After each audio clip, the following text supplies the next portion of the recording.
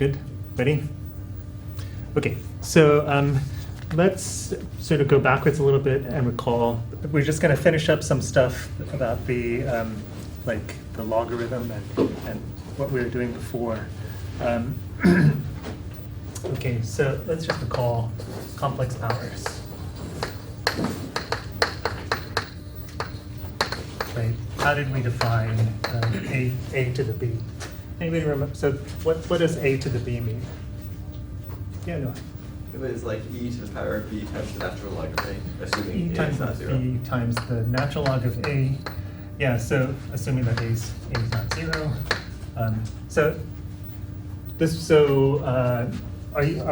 Are we talking about real numbers or complex numbers right now? Let's see. I mean, definitely that would apply for real numbers. Then I guess we decided that we needed to like pick a branch if we were. Oh wait, no, we decided there were like several branches of this function if we were doing complex numbers. Yes. So if we're talking, so this is, if we're talking about like real numbers, like if you want to talk about what it means to have irrational powers, right? So, but if we're talking about complex numbers, then we replace this thing with the log, where this log is, recall, what is this? Anybody can remind me? What is this log? This is principal.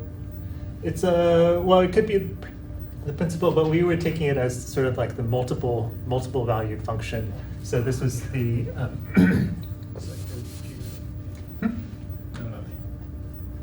right. So this this we took to be so this was like this turned out to be the natural log of the absolute value, right? So this is our old friend natural log, right? Plus the principal argument plus multiples of 2n pi. I mean, multiples of 2 pi, right?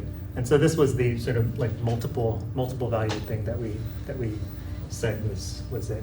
And in Stein's book, he just ignores. He basically just he just basically sticks to the principle.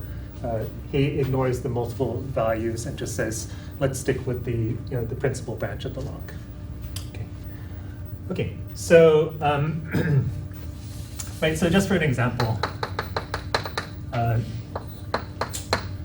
I to the I, and what would I to the I be?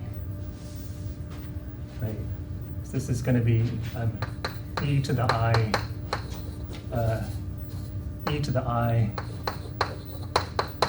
log I, right? E to the I log I, right? So what's this log I? Log I, you're going to take the natural log of the size of I, which is 1, right? Plus the principal argument of I. Well, what's the principal argument of I? I over 2. I over 2. Mm-hmm. Right. And we get these other guys, right? 2n pi, right? This is 0, right? Because natural log of 1 is 0, right? And so what do we get? We get e to the negative pi over 2 plus 2n pi. Okay. And if we were looking at like the principal value, right? If we just stuck with the principal value, then this would be e to the negative pi over 2. Okay. So that's that's one of the values of I to the I. Okay. And then these are all the other values. Okay. Right. And another thing that we've kind of closed up with last time was was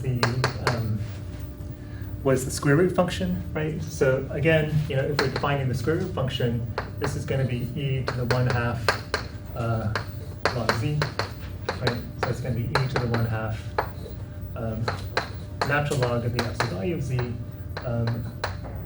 plus I times the argument, principal argument of z, I plus I.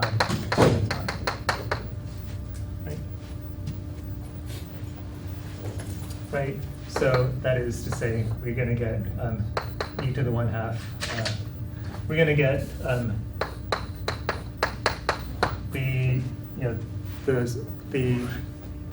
the positive square root, our old square root of the size of z, and we're going to have that multiplied by I of z over 2 and e I n pi, right? Where n ranges over the integers. Right? Right? This I and pi, of course, is going to be plus or minus 1, right? So it's negative 1. It's negative 1 to the n, right? So it's plus or minus 1, and so we get plus or minus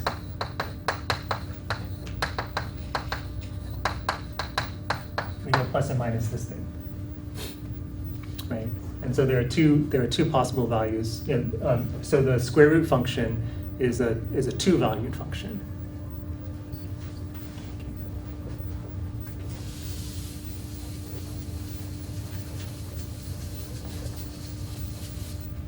Right? It's a two-valued function. If we think about like the square root of 1, right? So if we think about the square root of 1, well, right, taking the principal value is going to give us, well, the argument of 1, the principal argument of 1 is just 0, of course, right? So we would just get 1, right? So that would give us 1. And if we walked over to I, well, what do we get? Again, we're still with the we're going to get the argument divided by 2. We're going to get 1 times e to the I pi over 2, right? So that gives us this, right? And then as we walk around, right? As we walk around to approach 1 from the bottom, well, the square roots go to here, right? Right, and so as we approach one from the bottom, we go to negative 1, right? So by the time we come around again, we end up at the negative square root, right? We've gone to a different branch, right? And we end up with the negative square root. And this is this business of right. So this is this business of creating a Riemann surface, right? You create a two-sheeted, informally you create a two-sheeted Riemann surface, so that when you come back here, right? When you come back here, you exit to the other branch, right? And so then this thing gets mapped to here, right? And if you walk around the circle again, right, then you'll come back here, and then you'll go back to the other branch when you come here again. Okay, so this is, like I said before, the model for Alice through the looking glass. Okay, so that's just entertainment. Right. So Alice through the looking glass, or its later descendant, the Matrix. Right. Those of you who watch The Matrix, by now very old movie. It's funny, of course, but because to me it was a very like a new movie. But anyway, you may notice that when the main character goes into the real world, right? He starts off in the fake world, right? But then at one point he takes this pill and he touches a mirror, and then the mirror flows over him, and then he ends up in the real world, right? That's the same mirror from Alice in the Looking Glass. Okay. Okay, so a couple of leftover things from that. There's this theorem. If you have a simply connected region.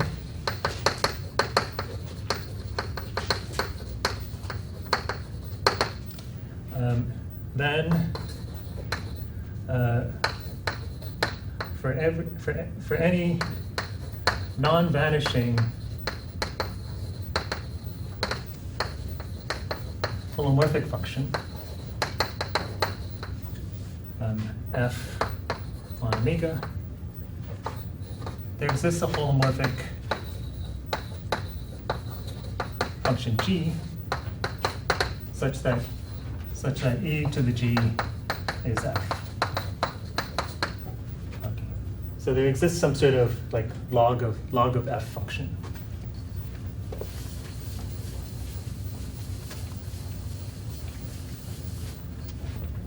Sort of like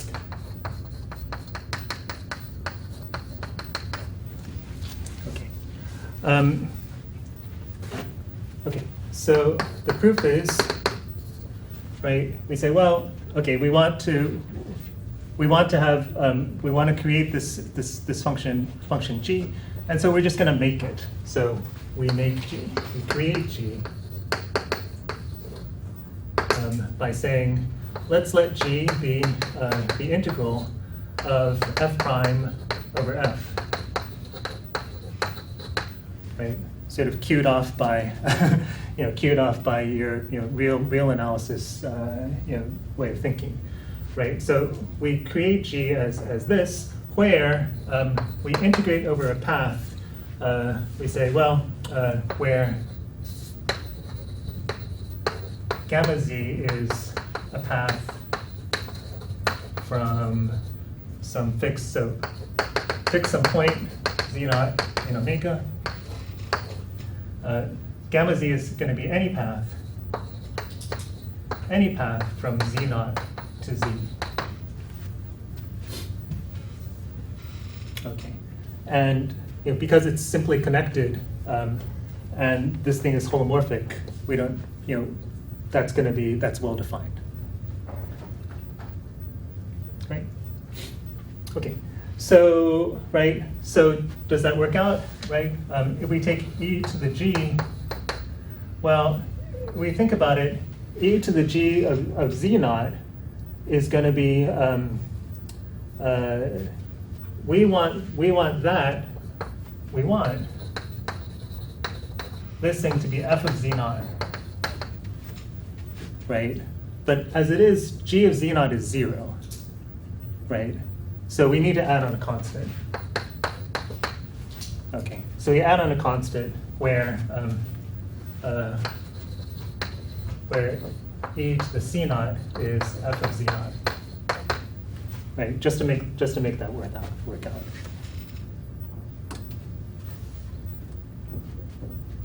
Okay. Okay, so. Then we just check that this thing is the right thing. So let's check that this actually works. So if we look at if we look at f times e to the negative g, right? We're hoping that this thing is going to be equal to 1. Okay, right. We want this to be 1.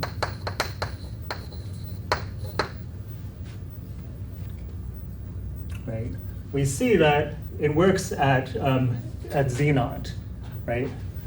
Certainly true by construction. That's true at z naught,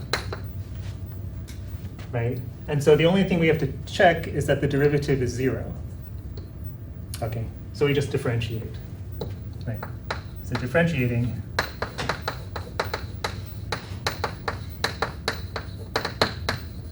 we get that, first guy times the derivative of the second guy.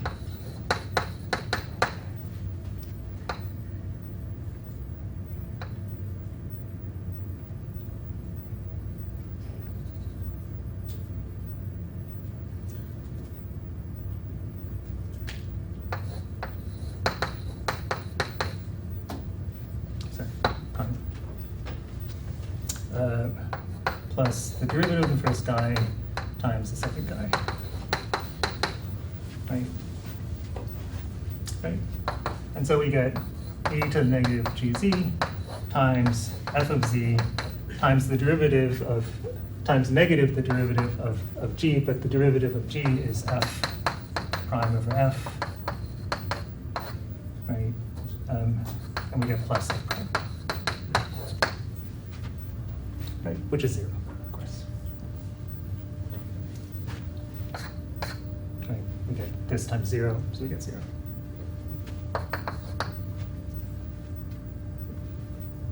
Okay.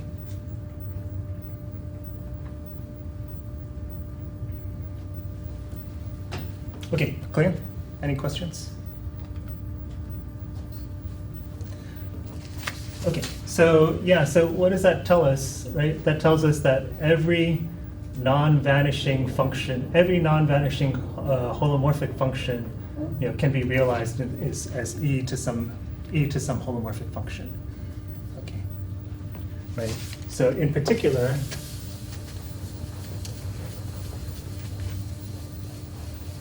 we have a corollary that just follows immediately, right? Given two holomorphic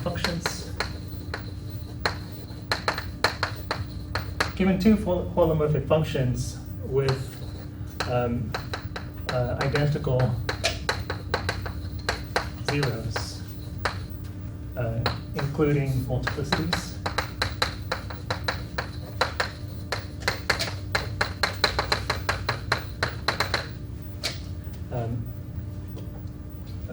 f and g that have the same multiplicities. In that case,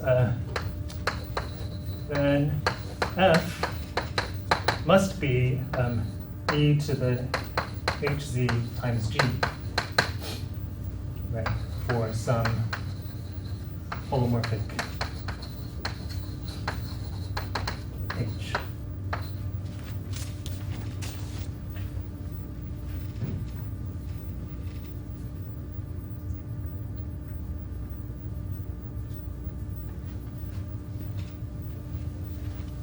Right? I hope that's obvious, right? Because then the quotient is not going to is going to be holomorphic and not have any zeros, right? And by the theorem, that means that the quotient is expressible as e to some holomorphic function h. Right? So this just follows immediately. Follows immediately from the theorem. Right? So, I mean, this kind of tells you something about what functions can look like, right? So if you have a function that has zeros in particular zeros and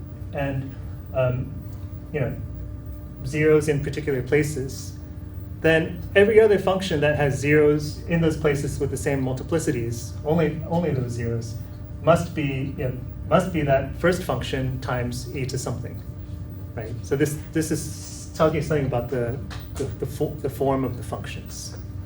Okay. And this fact will be used later.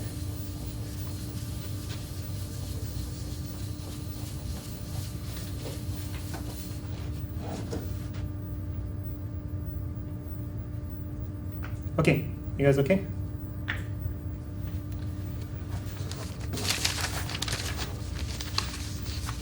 Okay.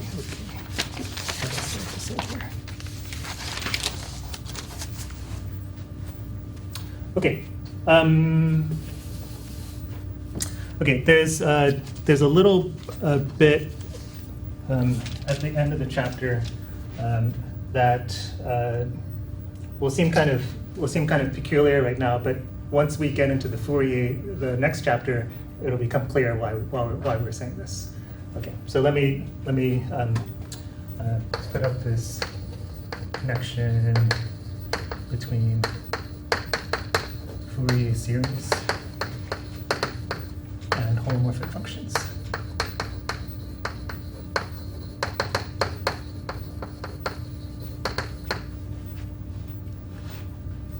Okay. So here it is, and it's a theorem, but I'm just going to call it an observation because it really is just an observation. Okay, so suppose you have f that's holomorphic in a disk d sub r centered at z0. Okay, and it has a power series expansion with power series expansion, summation a sub n z minus z0 to the n. Okay. Then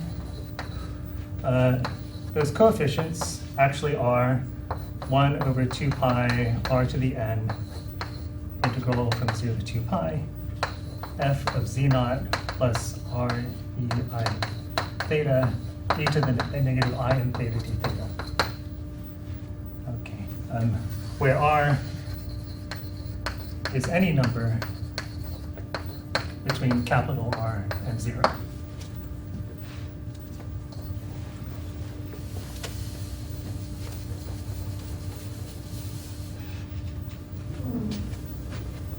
Okay, now this is nothing special. You may be looking at it and say, well, this is nothing special. It is nothing special.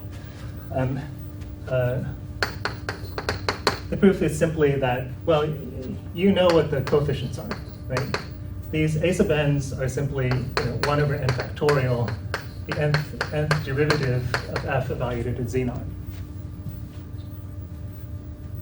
Right? That's you know that, right? That's you definitely know that, right? And so we say, okay, well, we can use the Cauchy integral formula for the nth derivative, right? They say, okay, well, that is going to be 1 over 2 pi I, the integral on some curve, f of zeta minus z naught to the n plus 1 d zeta, where where this curve gamma is goes around the boundary of the disk, right? But we know what that is, right? That just by definition, right? That is going to be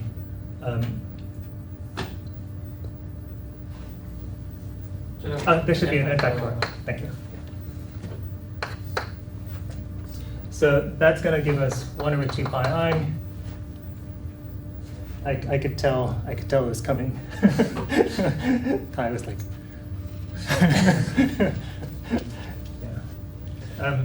yeah. So this is going to be the integral from here to here of z naught plus r e I theta, right? We subtract off the z naught here, we get r e t I theta, right, to the n plus 1, to the n plus 1, and then we get the I r e I theta d theta. Right. So that gives us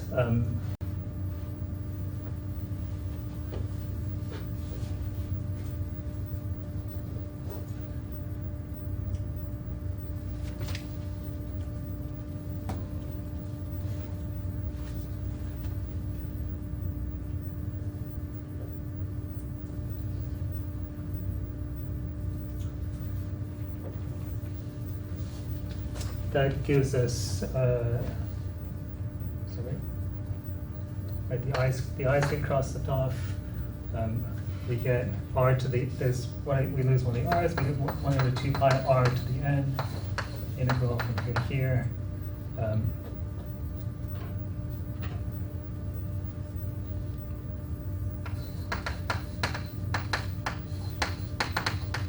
Theta. We lose one of the e to the I thetas. We get e to the I n theta d theta, right? Same as up there. What? Oh, it's the same.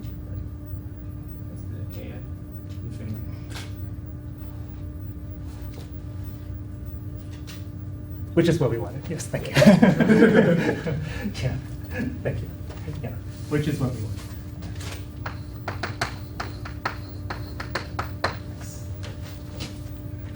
Right. Which is what we wanted. Yeah. Okay. Okay. So yeah. So it's just a calculation. Okay.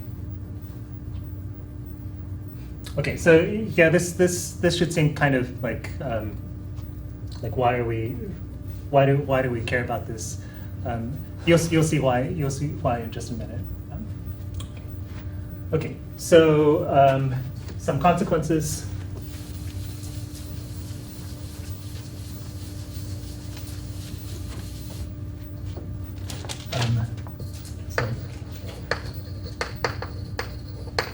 Some consequences.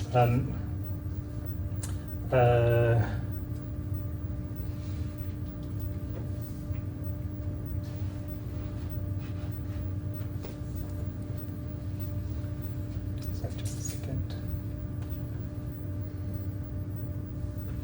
Yeah. So in particular,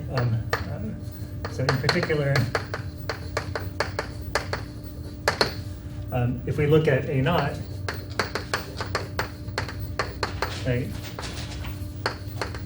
A naught is just going to be f of z naught, right? And if we use the formula that we just put up, right? We see that f of z naught is going to be 1 over 2 pi 0 to 2 pi f z naught plus r e I theta d theta. Right? So just looking at the 0th guy, you know, what does this say? This says that if you integrate, right, you have this point z naught, and you integrate the function around you integrate the function around the circle, right? And then divide by 2 pi, you're going to get the value of f at the center there. Okay, so right, the value at the center of the circle is the average value of the function around this circle here. Okay, so this is a kind of mean value property.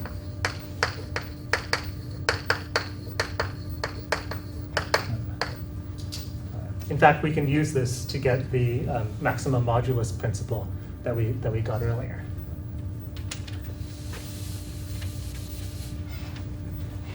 Okay, so it satisfies the mean value principle. Okay. Corollary.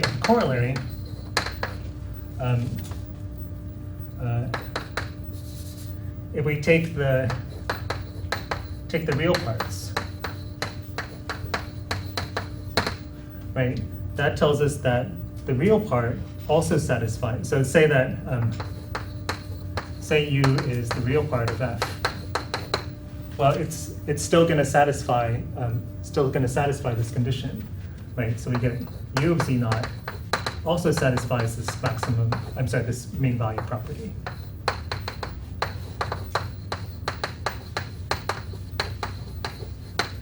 Okay. The point of this is to recall that every harmonic function can be realized as the real part of a holomorphic function, right?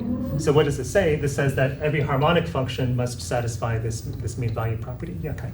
Should the right side there, should that be u in the integral, or should it be the real part of the, like? Yeah, thank you. Okay. Okay, I see. Thank you. Sorry about that. Okay. So yeah, so all harmonic functions will satisfy a mean value property as well. Okay.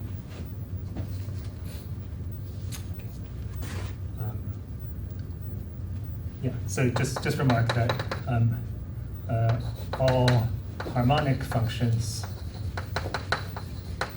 can be realized as such a u, or it's just any harmonic function can be realized as such a U. Right? That was in part in your homework, I believe.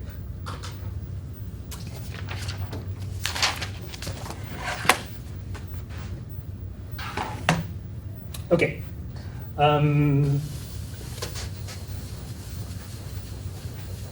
Okay, so now we're going to go into chapter 4, which is on connections between Fourier analysis and complex analysis. So let me give you a very, very crude crash course in Fourier analysis. Okay. So crash course. Okay. This is not even a course. I don't know what to call this. Anyway, this is just a very, very like rudimentary idea of what goes on in Fourier analysis. Yeah. Yeah. So yeah, you may know, or I may have mentioned that this is the second book in Stein's series of 4 books on analysis. The first book is actually on Fourier analysis. So you know, he's hoping that you've read it, but he's not really assuming that you have. So, but let me just sort of give you some idea of what's going on. Okay. So crash course. Okay, so start off with, suppose you start off with a function on 0, 1. Okay. Start off with a function on 0, 1, and assume that it's,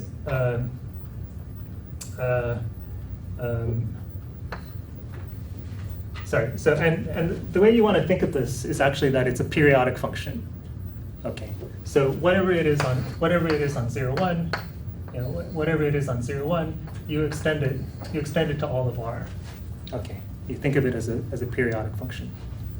Okay.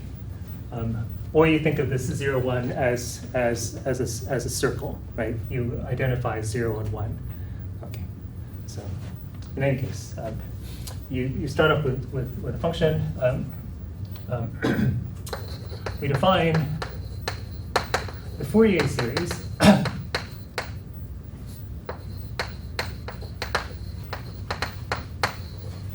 of f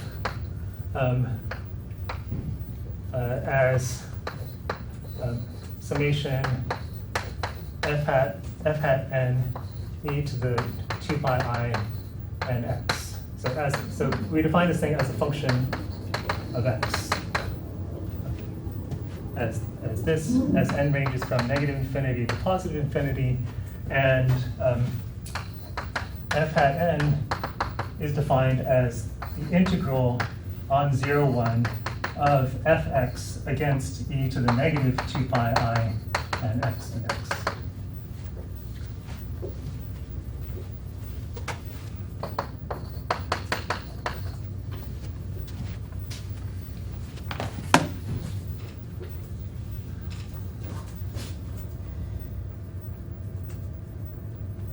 Okay. So, okay, so you take your function, right? You take your function, you integrate it against these waves. Okay, you integrate it against these waves. You get some coefficient out of it. Okay, this coefficient you use to create this. You create this thing. It's called the Fourier series. Okay. And so it's sort of like you have your function, and then related with it, you have a Fourier series related with it. Okay. So coming back over here to make some sense of what we were talking about earlier, what was the connection between this and the Fourier series? So in this case. Yeah. In this case, they're doing it between 0. They've got functions on 0 to 2 pi. Okay, and there's some adjustments you make, but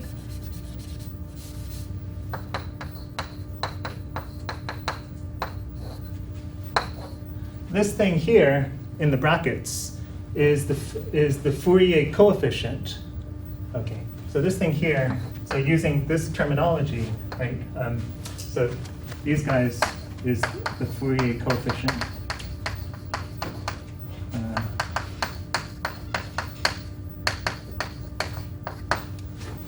So this thing here is the Fourier coefficient of the function theta gets mapped to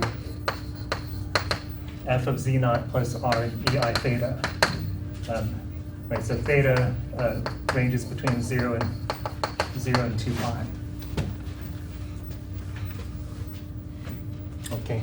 So you take you have this function, you integrate it against this thing, you get the Fourier coefficient, right? This thing is the Fourier coefficient, and what the result, the observation we had earlier is saying is that the coefficients of the power series coefficients are actually related to, they're not exactly the same thing, but they're scaled versions of the Fourier coefficients of the functions going around circles around that center point.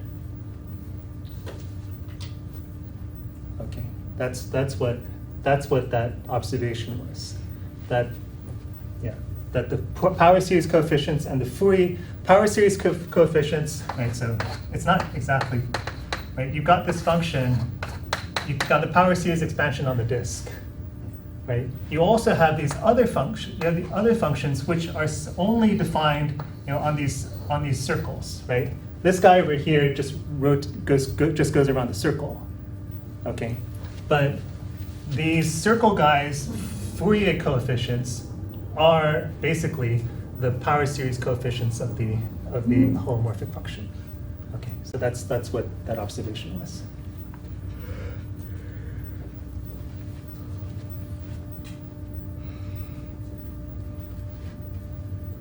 Okay, so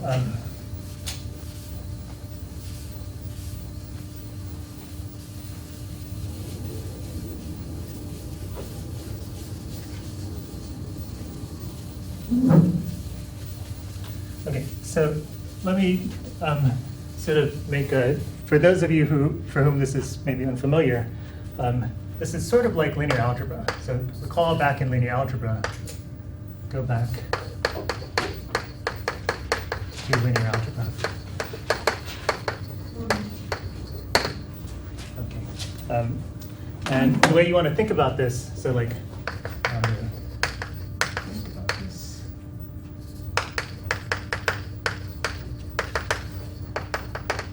So go back to linear algebra and introduce.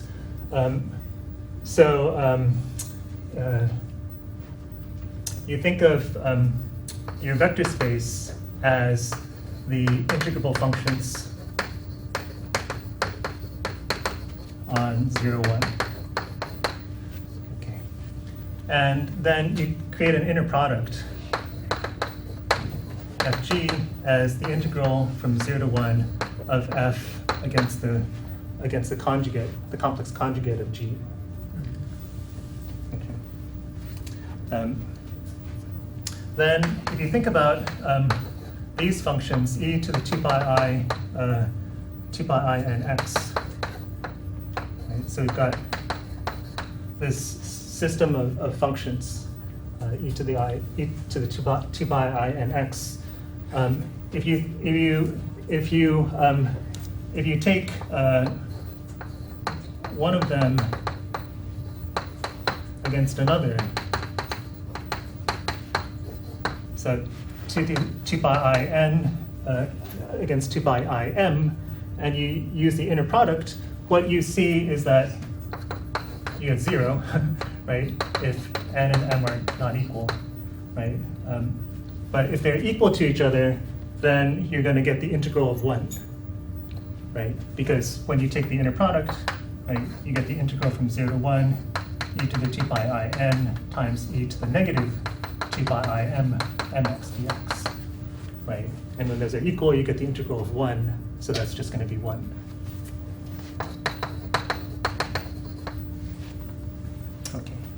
So in other words, these guys form an orthonormal system, right? They're of norm 1, right? And they're perpendicular to each other. Okay, so it's an orthonormal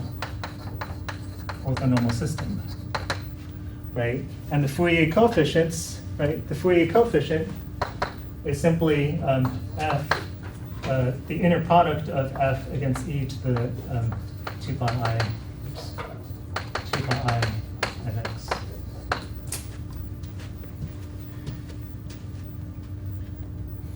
Right? And so what we have here with the Fourier series, right? This is this is the f against the inner product of this thing, and you multiply it by that basis vector, by that vector, right? So this is basically, you know, associating with your function some sort of like decomposition of your function, right? Where this is the, you know, you're projecting your function onto this vector. You get the scalar projection. You get the scalar projection, right? And then you take the sums back, and you're hoping to get back to your original function. Okay. But these functions don't form a basis of the space, do they? Right. So it's not. This is, maybe I should say, this is what we're doing. What I'm doing here is sort of like just formally. So this is not at all rigorous. Okay. This is just to give you some sense of like what happens. So like the big, you know, a lot of what, you know, part of what we do part of what we will do in next semester's course at the beginning is to ask the question, like, in what sense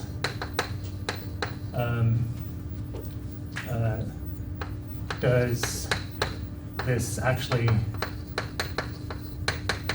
recover the function? Right? In what sense, and for what kind of functions?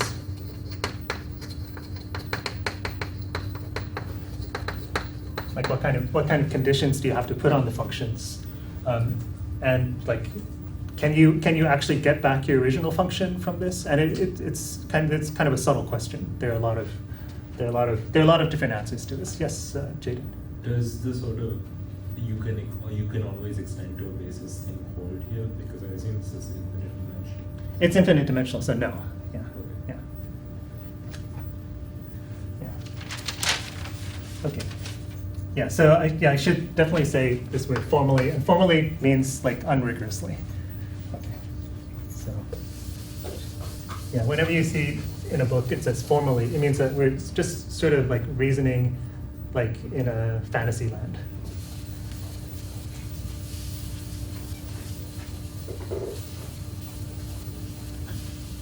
But that it will have to be made proper. Okay. Okay. So second idea, a continuous analog of the Fourier coefficients is the Fourier transform.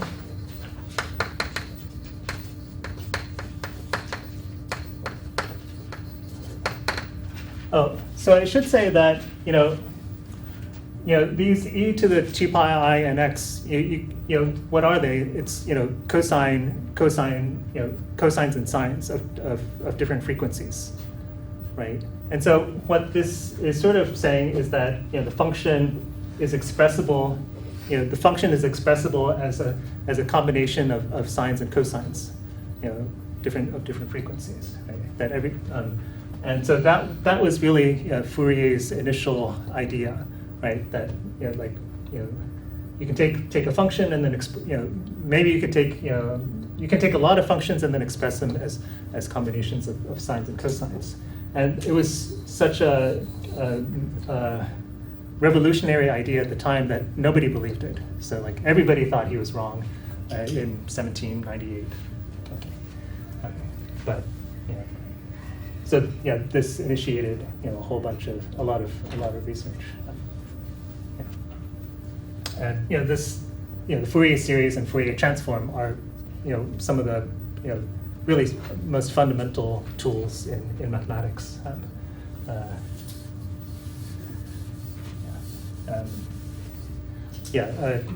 In next semester's course, if you choose to take it, we'll go on to talk about applications to the radon transform. So the radon transform is what is used in CAT scan machines. They also applications to solving partial differential equations, and also also some application to number theory. So there's a famous theorem of Diriclay's called the arithmetic progression theorem of Dirichlet, which was solved using the Fourier transform. And apparently it's basically because Dirichlet liked to hang out with, he was a number theorist, but he liked to hang out with analysts.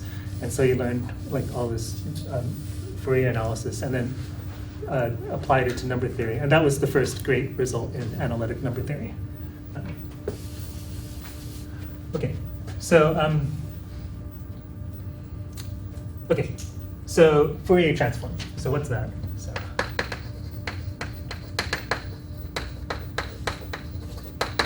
So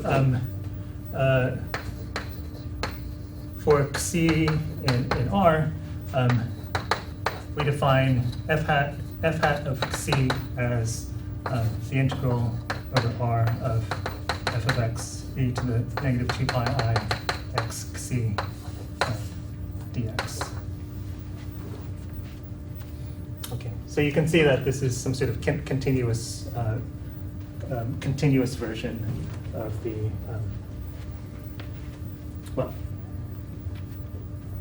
no, let me take that back for a second. So you create this thing, the Fourier transform, and again the question is can you get your function back from, if you know the Fourier transform, right, which is a sort of measure of how much of that particular frequency is in your function, right? Yeah, that's how you want to think of this. This is a measure of how much of that particular wave is in your transform. Okay. Right. If you know that, can you actually reconstruct your original function?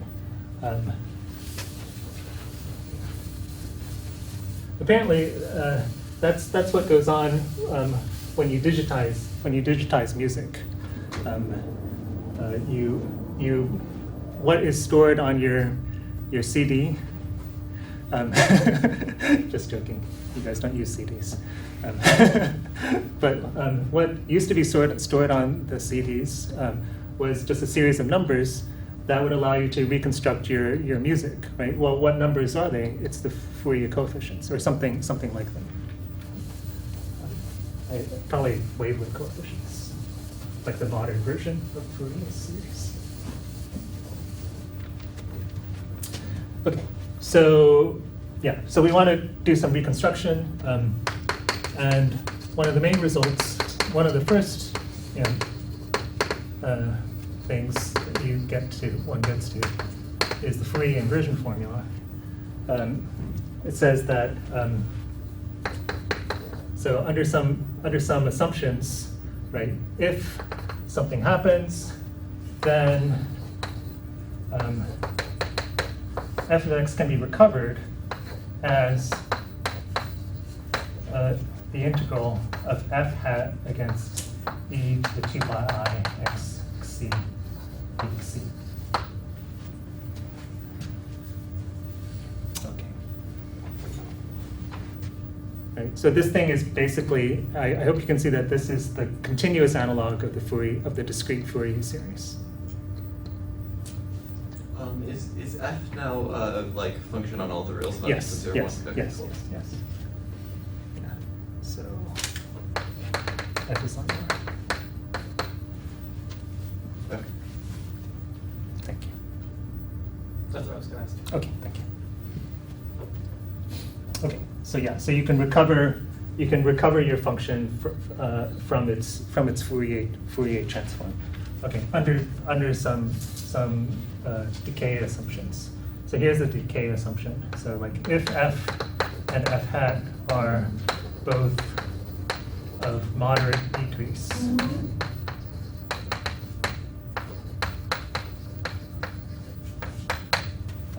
which Stein abbreviates as M of R. In other words, if there exist coefficients A and A prime such that f of x is smaller than A over 1 plus x squared, f hat of x is smaller than, I should use c.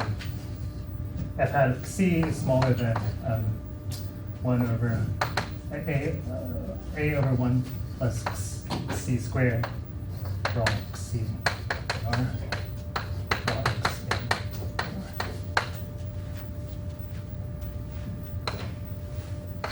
So this is the moderate decrease condition. As long as f and f hat satisfy the moderate decrease condition, then you can use the Fourier inversion formula.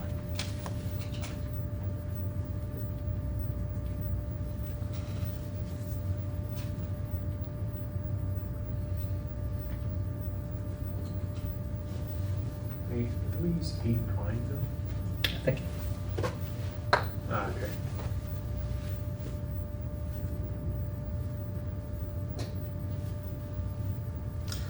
One uses a different variable for the Fourier transform because in the setting of groups, you can do Fourier analysis on groups, and in that setting, the function is on one group and the Fourier transform on the dual group.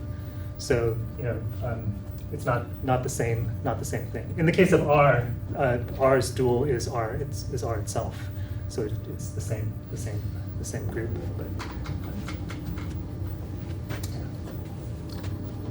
you can do. Rudin has a book on Fourier analysis on locally compact abelian groups.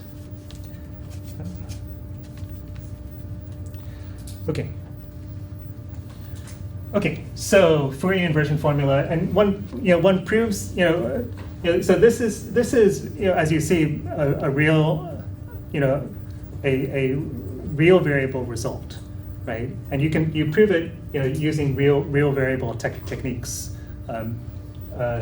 but you can also do it using complex analysis, and that's what we're going to do.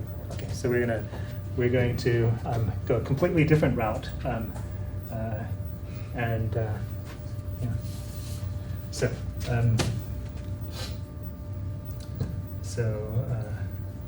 we'll use mainly contour integration. I should just say we'll use complex analysis to prove this and other results.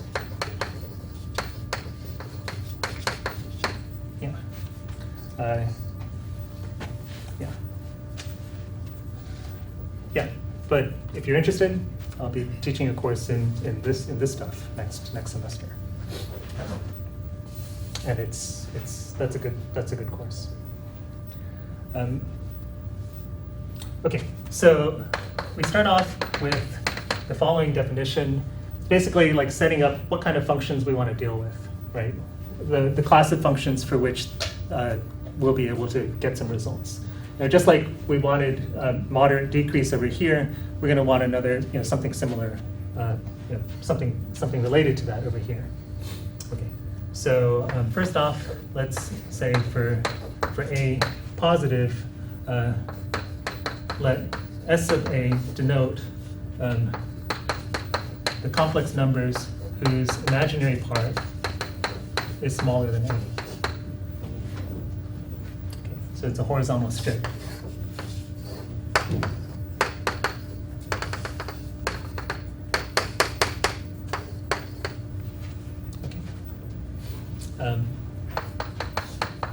If F is holomorphic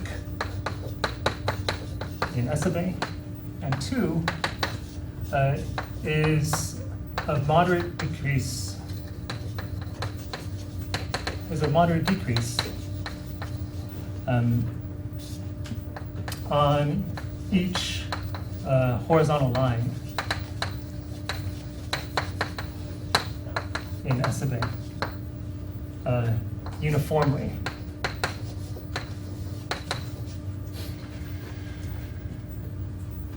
Okay, so we want it to be a moderate decrease on every one of these lines.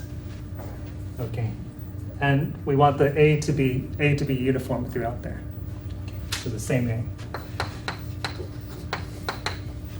Okay. Then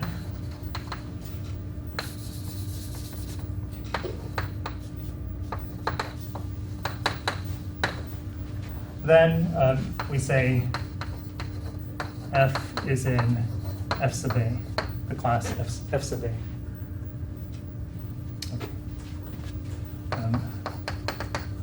And we let F be the union of all those classes.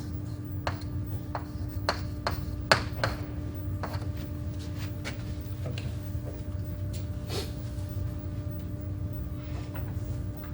Okay, so we've got moderate decrease on every single line, every single horizontal line. Okay. So the first thing we're going to go for is the Fourier inversion formula. Okay. So, but before we do that, we're going to do make an observation about decay.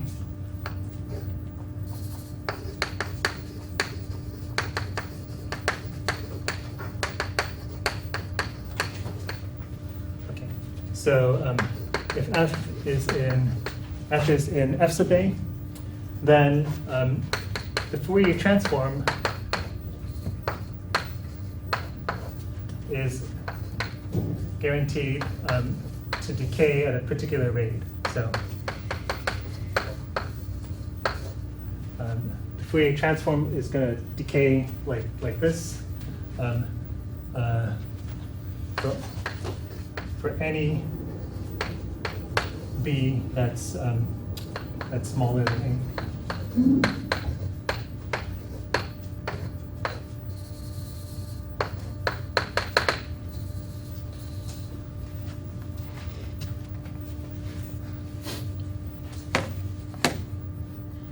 Okay.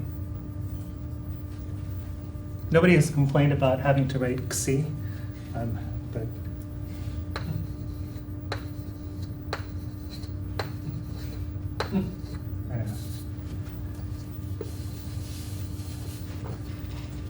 But I have to learn how to write it, and you have to learn how to write it.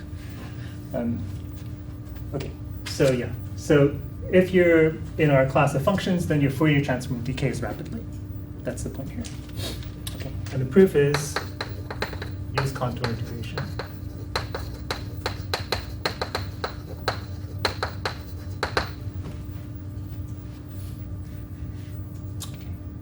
So here's the point. So the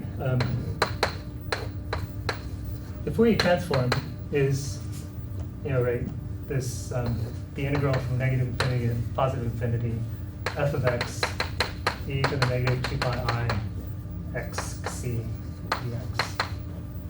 Right. So it's this integral along the real line, right? And our idea is to use contour integration to shift the integral down by b. Okay, b is chosen smaller than a. We're going to shift it down by b. So we're still going to be within the S of A, and we're still going to have the moderate decay along the line. So, so we'll shift it down, right? And ... it'll turn into the integral of f of x minus ib e to the negative 2 pi I x minus ib dot c dx. Right? Once we shift it down, right, everything gets, you just subtract IB from the x. Right? So it shifts down. Right? But what does that give us? That gives us that f hat is controlled by the integral from negative infinity to positive infinity. We have this thing, right? But this thing is controlled by a over 1 plus x squared by the moderate decay, right? And then the size of this thing, right, is just e to the negative 2 pi b c. Right? So we're using, the triangle inequality. Right? We use the moderate decrease on f. This is what it is, of course, right? And then so you end up with some constant b times e to the negative 2 pi b c. Right? Sorry.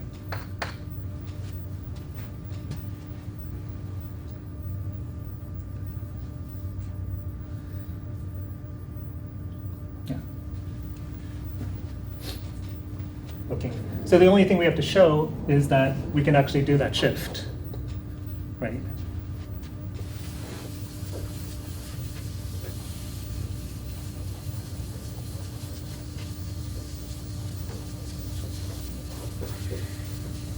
Right, once we shift, we're done.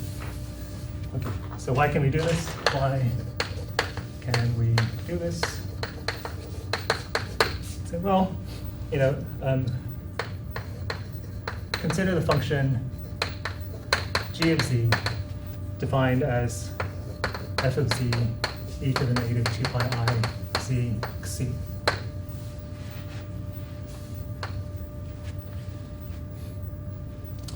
Right? So this is like the extension to the complex plane of this thing here. Right? We just replace the x's by z's. Okay. Right? This is holomorphic, right? Is holomorphic in S sub A. And so if we take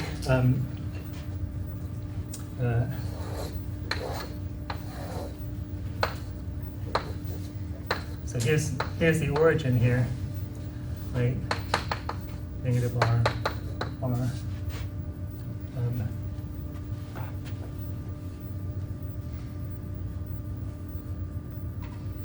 Okay, so actually let me just say that we're doing the case where b is bigger than 0 and c is positive.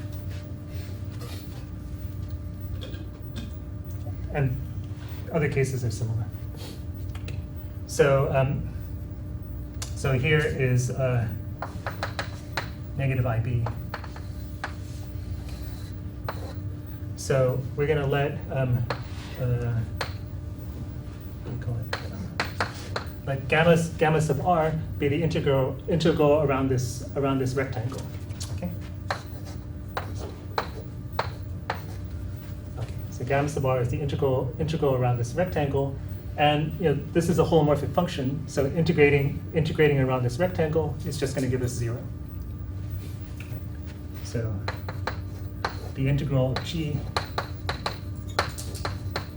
around gamma sub r is 0. Okay. So I hope you can predict what we're going to do. We're going to show that the integrals over these vertical lines go to 0 as r goes to infinity, right? And so the integral over this, the integral over this plus the integral over this is equal to 0. Right? In other words, if we integrate them both in the same direction, they're equal to each other. Okay. In other words, we can shift. We can shift. Okay. So that's the only thing we need to do is to show that the integral over the vertical lines go to 0 as r goes to infinity. Right. Right. And that easily follows from the moderate decay. Right. So just put it down here. If we integrate over the left-handed guy here, say, from negative r minus ib to negative r. This should be negative r. What is negative r? Right?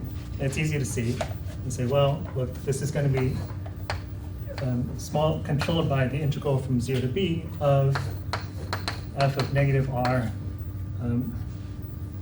minus it e to the negative 2 pi I negative r minus it c dt. Right? We get the same sort of thing happens, right? This thing is controlled by a over r squared, right? And then the size of this thing is controlled by e to the negative 2 pi t c. Right? But that's controlled by some constant over r squared. We pull the r squared out, and then this is just some sort of constant. This is controlled. The remaining term is controlled by some constant, and so as r goes to infinity, this thing vanishes. So it's, you know, the moderate decrease is a pretty serious. It's a pretty strong condition. Okay, just to make things work out.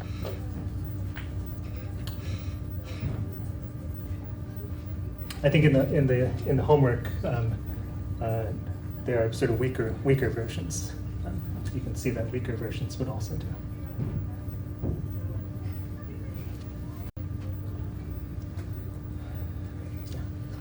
Okay, see you guys next time.